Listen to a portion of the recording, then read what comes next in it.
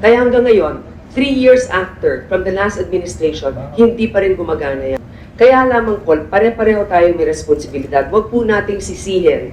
Naloko ng mga kapatid, ngayon iniimbitahan ng Kamara sina dating Senadora Grace Poe at Congressman Zaldico upang humarap sa pagdinig kaugnay ng mga kontrobersyal na flood control projects. Ang tanong, bakit sila pinapatawag at ano ang mangyayari sa investigasyon na ito? Una, balikan natin ang pinagmula ng issue.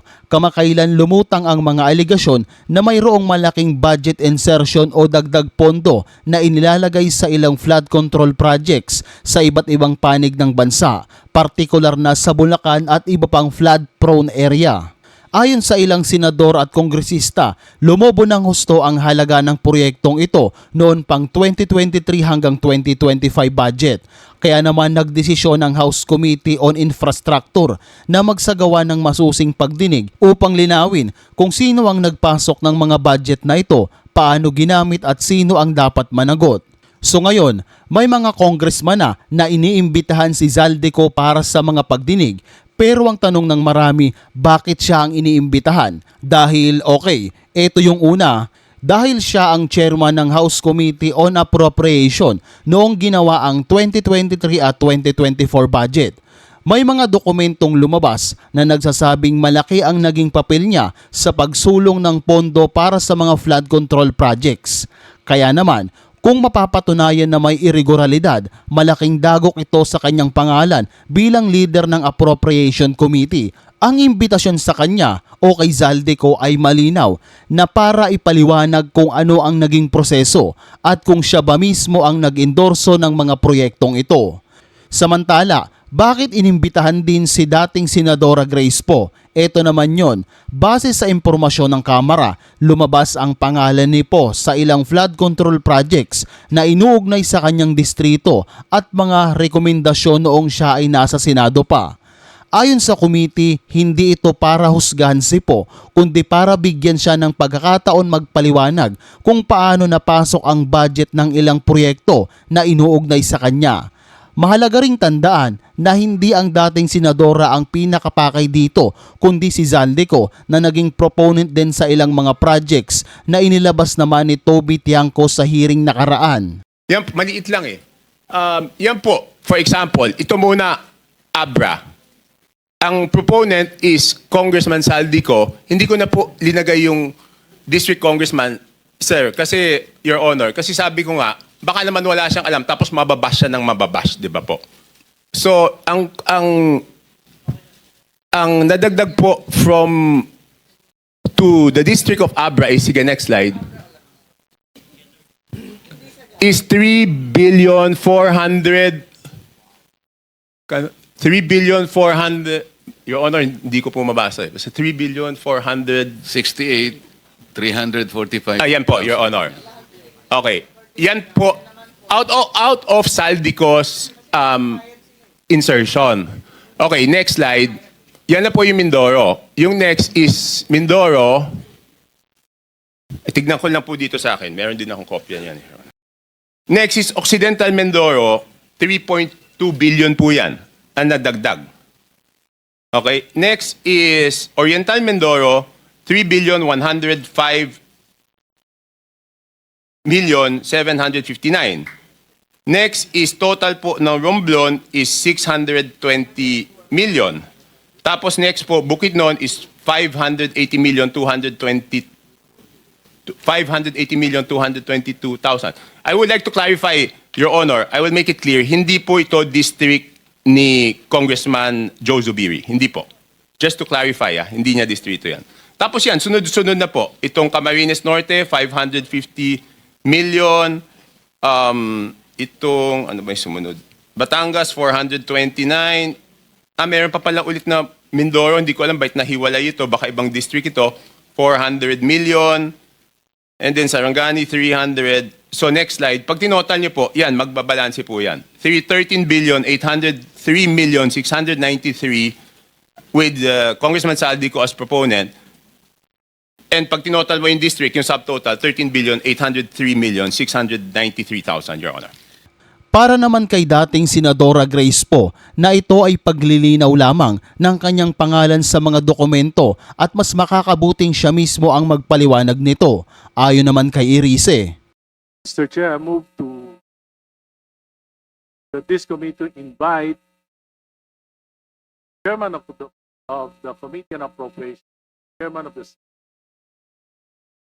last Congress, na 19th Congress, para malaman po natin kung paano, ano yung talagang storya, bakit nadagdagan na may 100 bilyon at saan nila kinuha yung mga programa na yon na idinagdag sa pantalang sinasabi po Secretary Bonoan na hindi naman po sila yung nagbigay ng mga programa na ito.